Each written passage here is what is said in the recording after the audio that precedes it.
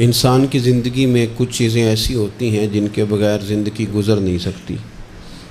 اتنی دیر تک جتنی دیر تک وہ چیز اس کے پاس موجود ہوتی ہے اسے نہ اس بات کا ادراک ہوتا ہے نہ احساس ہوتا ہے، لیکن جب وہ چیز اس کے پاس سے رخصت ہو جاتی ہے، اس کے پاس کسی وجہ سے خدا نہ خواستہ وہ چیز موجود اور محفوظ نہیں رہتی، پھر اسے احساس ہوتا ہے کہ ایک بہت بڑی نعمت تھی میرے پاس، وہ مجھ سے چلی گئی۔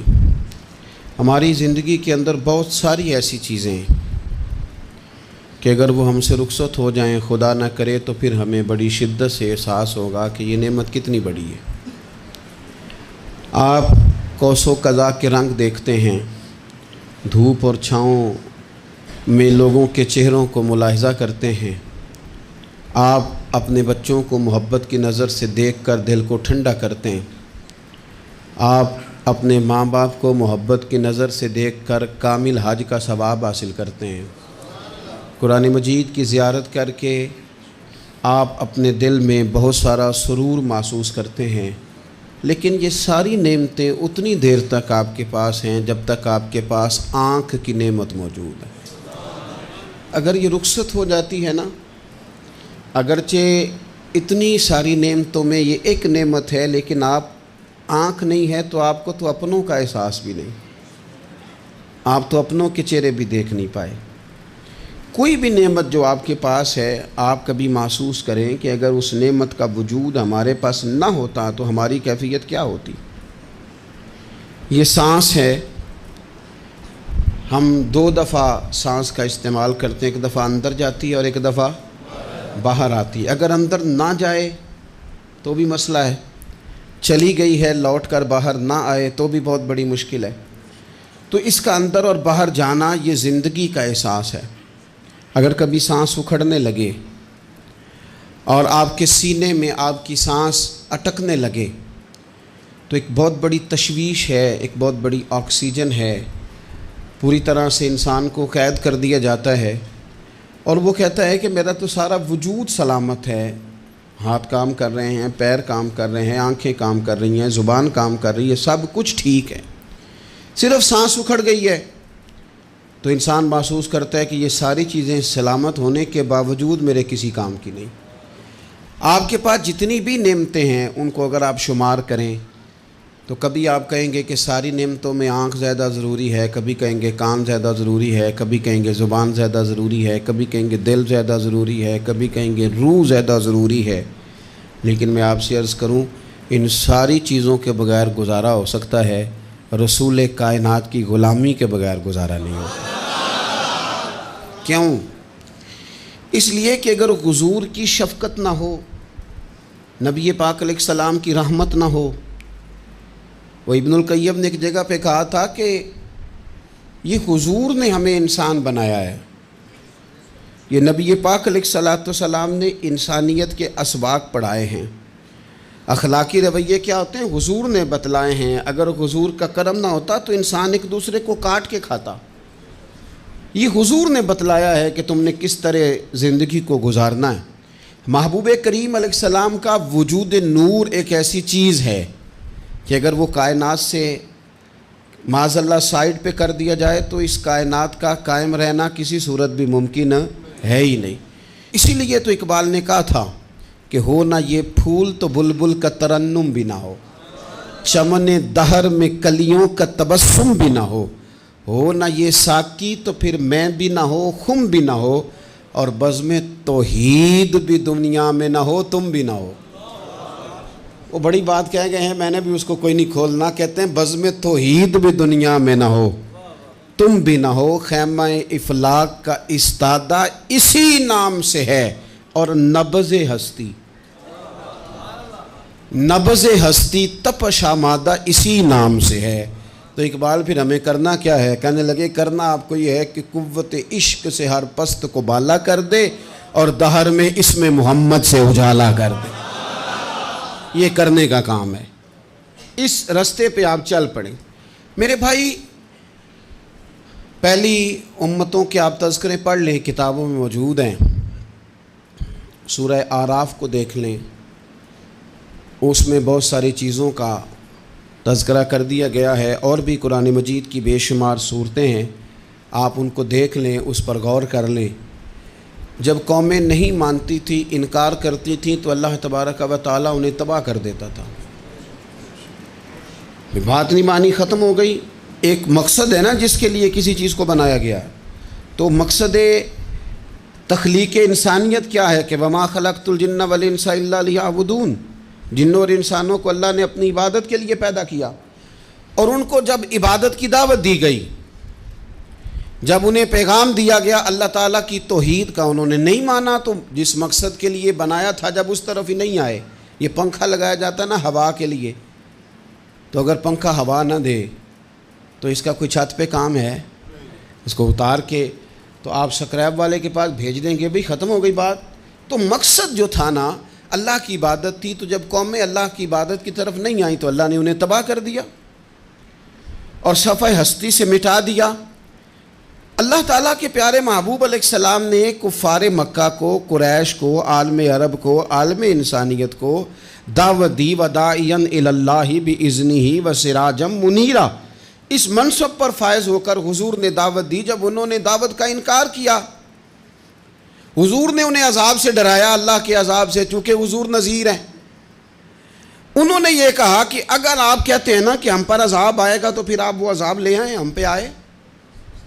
جب کوئی آدمی منہ سے تباہی مانگے، جب کوئی شخص اپنے منہ سے یہ کہے کہ کر لیں جو ہوتا ہے معاذ اللہ، تو اگر تو سامنے والا کمزور ہو تو شاید وہ کچھ نہ کر سکے، لیکن یاد رکھنا کئی دفعہ کمزور ہوتا ہے تو کچھ نہیں کرتا، تو کئی دفعہ مہربان بڑا ہوتا ہے،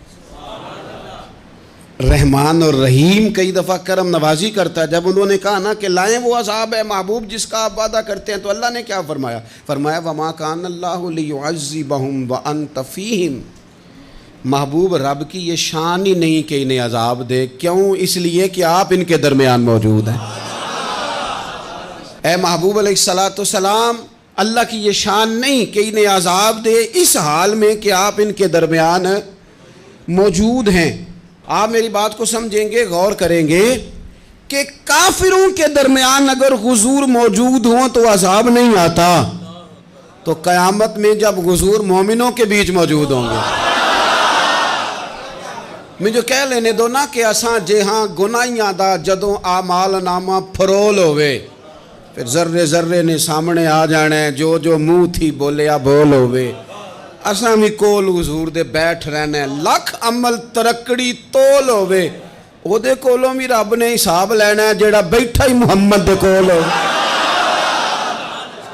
صلی اللہ تعالیٰ علیہ وسلم، او دے کولوں بھی رب نے حساب لینا ہے جیڑا بیٹھا ہی محمد دے کول ہوئے، جس کو کہتے ہیں قیامت حشر، جس کا نام ہے، جس کو کہتے ہیں قیامت حشر، جس کا نام ہے۔ تیرے دیوانوں کے لیے وہ دن تو جشن عام ہے، زیارت ہوگی نا حضور کی، تیرے دیوانوں کے لیے وہ دن تو جشن۔ اور ایک شاعر نے اور بات کھول دی، کہنے لگا ہر نظر کانپ اٹھے گی محشر کے دن، خوف سے ہر کلیجہ دہل جائے گا۔ اچھا جی پھر کیا ہوگا؟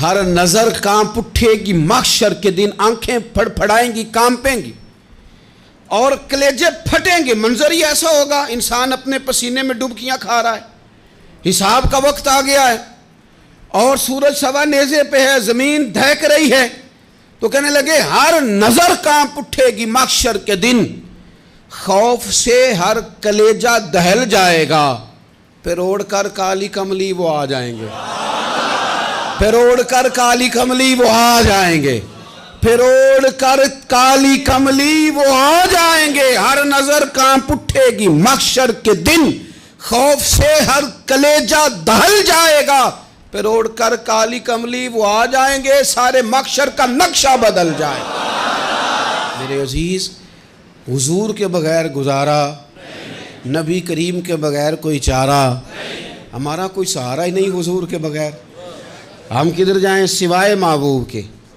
اس لیے نا صحابہ اس بات پر مطلع ہو گئے تھے، وہ نا بڑی بڑی دھیمی دھیمی باتیں پوچھتے رہتے تھے، اطلاع مل گئی تھی نا کہ اصل کرنا کیا ہے، تو جو رازدار لوگ ہوتے ہیں نا وہ پھر دھیمے دھیمے راز کی باتیں کرتے ہیں، حضرت انس بن مالک حضور کے خادم تھے، اماں نے دے دیا تھا حضور کی بارگاہ میں، کہتے ہیں میں 10 سال مدینے میں حضور کی نوکری کرتا رہا، تو قریب سے دیکھا تھا نا سارا کچھ، بہت ساری احادیث ان سے مروی ہیں، بڑی چیزوں کو دیکھا تھا، تو ہم سیانے ہو گئے، باتیں سمجھ گئے، قریب رہنے والے لوگ تو قربان پچھانن والے ہیں، تو گل جان گئے گل کھول دے نہیں، تو قریب پہنچ گئے تھے نا، تو سمجھ آ گئی تھی بات کی۔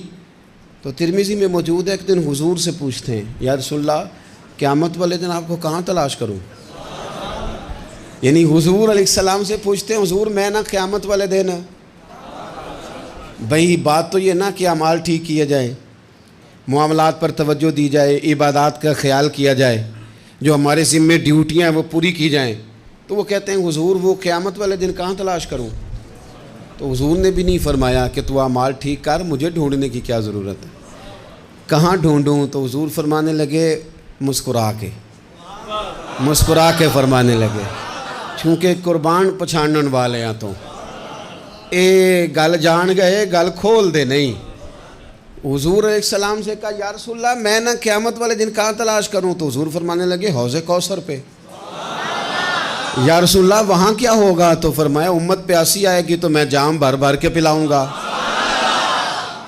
میں جام بھر بھر کے پلاؤں گا، ایسا کی تیری خیر تیرے میں کدے کی خیر، ایسی پلا کہ جس کا نشہ عمر بھر رہے۔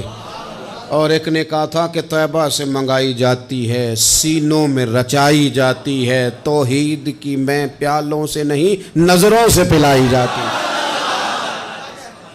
حضور صلی اللہ علیہ وسلم نے فرمایا حوض کوثر پہ بھی جام پلائیں گے؟ سیانے بڑے تھے حضرت انس اور بھلا ہمارا کر رہے تھے، یہ حضور سے پوچھ کے نا تو ہمیں ایڈریس بتا رہے ہیں، کیونکہ حدیث روایت کر دی نا تو ہمیں ایڈریس سمجھا دیے، پتے بتا دیے کہاں پہنچنا ہے، ساری جگہ سمجھا دی۔ چلیں جدید دور آ گیا ہے، انہوں نے لوکیشن بتا دی، کہاں کر کے نا کس جگہ جا کے سٹاپ کرنا ہے کام۔ یا رسول اللہ وہاں ملاقات نہ ہوئی تو حضور نے فرمایا پھر پل صراط پہ آنا۔ یا رسول اللہ وہاں کیا ہوگا؟ فرمایا امت گزر رہی ہوگی اور میں دعائیں مانگ رہا ہوں گا، رب سلم امتی رب سلم امتی، یا اللہ میری امت کو سلامتی سے گزار دے، تو وہاں آ جانا، میں دعائیں وہاں مل جاؤں گا، قربان جائیں۔ فاضل بریلوی بول پڑے، کہنے لگے خدا کی رضا چاہتے ہیں دو عالم، خدا چاہتا ہے رضائے محمد، اجابت کا جوڑا عنایت کا سہرا، دلہن بن کے نکلی دعائے محمد، اجابت نے جھک کر گلے سے لگایا بڑی ناز سے جب دعائے محمد، رضا اب پل سے وجد کرتے گزریے کہ ہے رب سلم دعائے محمد صلی اللہ علیہ وسلم۔ تو عرض کی یا رسول اللہ وہاں ملاقات نہ ہوئی تو؟ میں نے کہا وہ ہمیں لوکیشن سمجھا رہے تھے، انہیں تو پتہ تھا پہلے ہی، ایک قربان پچھانن والے ہیں، تو ایک گل جان گئے گل کھول دے نہیں، تو وہاں نہ ملاقات ہوئی تو حضور نے فرمایا پھر میزان عمل پہ آنا۔ یا رسول اللہ وہاں کیا ہوگا؟ فرمایا امت کے عمل تول رہے ہوں گے اور میں ان کے لیے دعائیں کر رہا ہوں گا۔ میں نہیں جا سکا کبھی بچوں کے ساتھ پیپر دلوانے، استاد کو اجازت نہیں دیتے، کہتے ایک ایگزامینر اور آئے گا کوئی، جس نے پڑھایا ہو اسے اجازت نہیں کہ تو جا۔ ابا جی کو اجازت نہیں ہوتی کہ وہ ایگزامینیشن ہال میں جائے، وہاں تو کوئی اور لوگ آتے ہیں۔ یہ بھی عجیب سبق ہے نا کائنات کا کہ سارے تعلیم و تربیت کے اسباق بھی حضور پڑھائیں، رنگ بھی سارا حضور ہی بتائیں، اور قبر کے سوالات بھی سارے ہمیں حضور بتا دیں، اور جب پیپر ہونے لگے تو سرانے بھی کھڑے ہو جائیں، تو پھر کہہ لینا ایک دفعہ پھر کہ وہ دے کولوں کی رب نے حساب لینا، جیڑا بیٹھا ہی محمد دے کول، وہ دے کولوں کی رب نے حساب لینا۔ میرے عزیز ہمارا گزارا نہیں حضور کے بغیر۔ لوگ اصل میں نا ہمارا مسئلہ نہیں سمجھتے، ہمارا مسئلہ کچھ اور ہے۔ لوگ ہمیں نا بلا وجہ پریشان کرتے ہیں، کبھی جھنڈے سے، کبھی ڈنڈے سے، کبھی جھنڈی سے، کبھی کسی شے سے، کبھی کسی شے سے، کبھی کہتے ہیں وہ نعت اونچی پڑھ لی، کبھی کہتے ہیں سلام اونچا پڑھ لیا، کبھی کہتے ہیں وہ جھنڈیاں لگا دیں۔ میں نے کہا آپ کی بات بھی ٹھیک ہے پر ہمارا مسئلہ تو سمجھو نا، ہمارا گزارا نہیں نا بھائی۔ جو کسے دا عاشق ہووے او گل اسے دی، 100 مکر بہانے کر کے میں پوچھے میاں صاحب نو مزار تے جا کے کہ مکر کرنے ٹھیک نے؟ تساں آکھیا نا مکر کردا ہے تے حضور ٹھیک نے؟ تے مینوں لگدا ہے کہ پولا جان دے سے پئے کہ سونا راضی کرنا ہوئے تے موڑ ٹھیک نے۔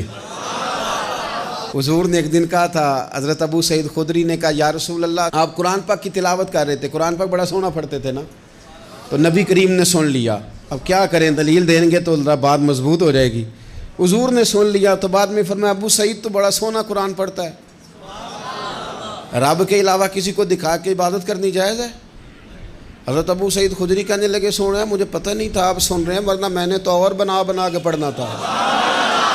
اب تو مان جاؤ نا، جو کسے دا عاشق ہوئے گل اسے دی کرد ہے، 100 مکر بہانے کر کے 100 مکر بہانے کر کے او دہی مرنے مرد ہے۔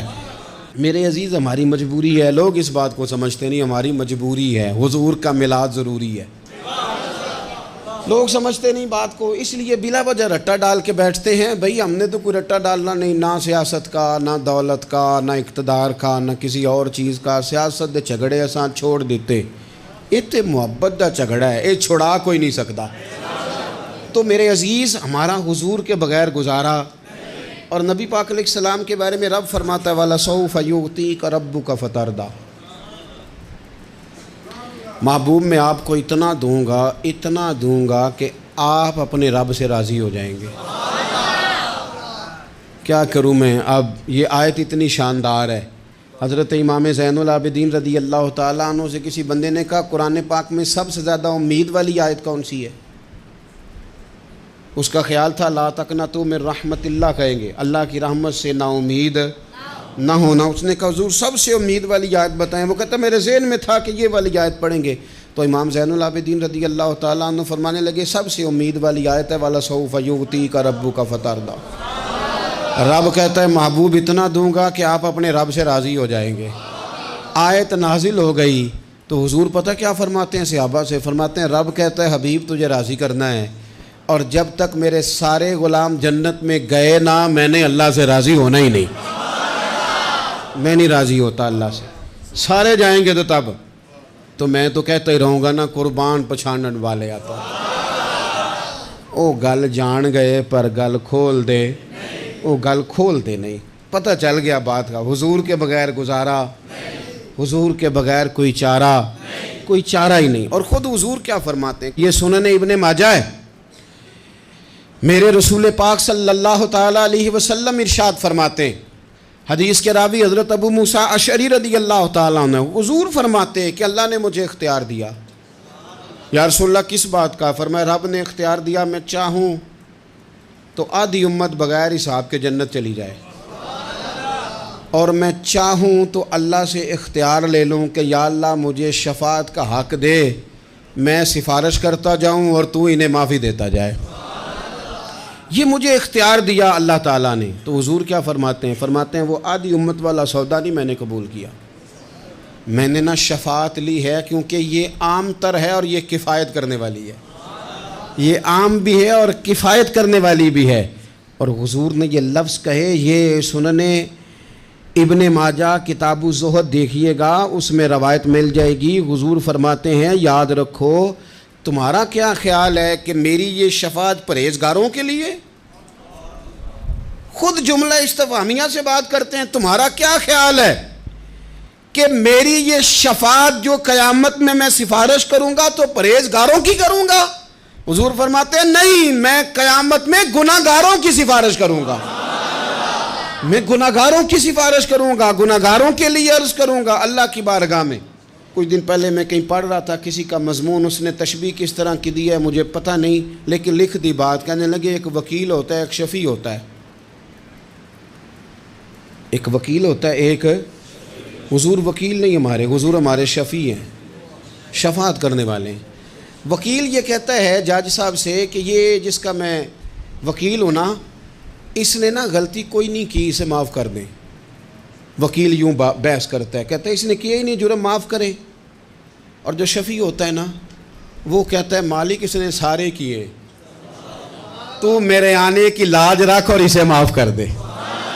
یہ وکیل اور شفیع کا یہ فرق ہوتا ہے کہ شفیع کہتا ہے سونے سارے کیے ہیں، بڑے بڑے پاپ کیے ہیں، پر میں جو آ گیا ہوں تو مہربانی کرنا معافی دے دے۔ میرے عزیز، حضور کے بغیر کہیں بھی گزارا نہیں ہے۔ ہم نے نا جب یہ بات سمجھ لی، اور پتہ ہے نبی کریم صلی اللہ علیہ وسلم نے آگے بڑھ کے خود بھی کئی مقامات پر اس بات کو کھول کر مختلف انداز میں بیان کیا۔ حضرت عبداللہ ابن عباس رضی اللہ تعالیٰ عنہ کی روایت آپ دیکھ لیں، یہ آپ کو مستدرک میں ملے گی۔ حضور صلی اللہ علیہ وسلم فرماتے ہیں قیامت کے دن اللہ تعالیٰ انبیاء کے لیے نور کے ممبر بچھائے گا، ہر نبی ممبر پہ بیٹھ جائے گا، ہر پیغمبر علیہ السلام اپنے ممبر پہ جلوہ فروز ہو جائیں گے، ہر پیغمبر۔ لیکن حضور فرماتے ہیں میرا ممبر خالی ہوگا۔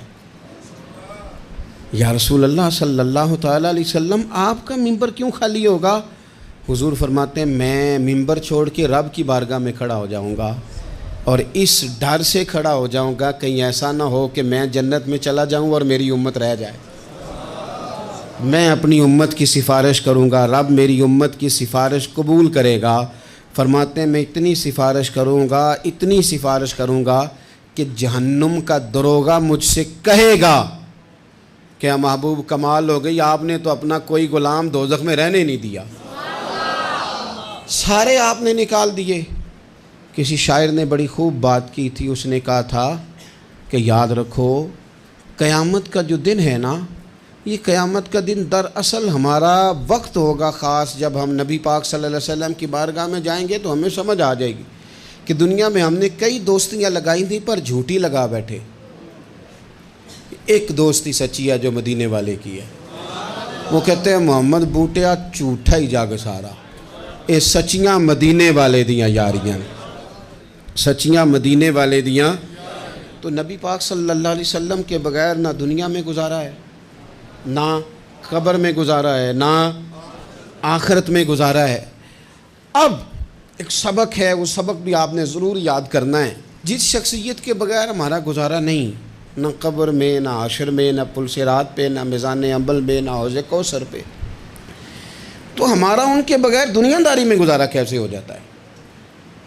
ہمارا تجارت بھی حضور سے سیکھیں، گھرداری بھی حضور سے سیکھیں، شادی بیاہ کے طریقے بھی حضور سے سیکھیں۔ جب گزارا نہیں حضور کے بغیر تو پھر زندگی کے سارے سلیقے حضور سے سیکھیں، پھر ادھر ادھر جانے کی ضرورت ہے۔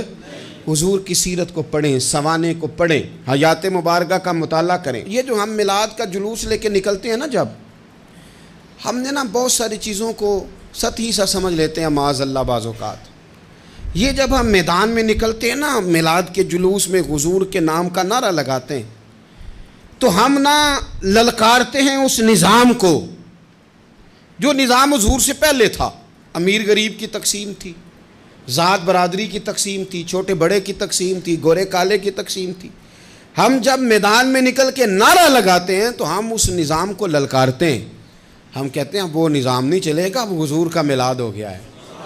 اب نظام وہ ہے کہ جس پلیٹ میں ابو بکر صدیق کھانا کھائیں گے اسی میں بلال حبشی بھی کھائیں گے۔ اب نظام وہ ہے کہ اگر غریب آدمی جرم کرے گا تو سزا ملے گی، تو اگر گورنر کا بیٹا جرم کرے گا تو سزا اسے بھی ملے گی۔ اب حضور کا نظام آ گیا، ہم اس نظام کی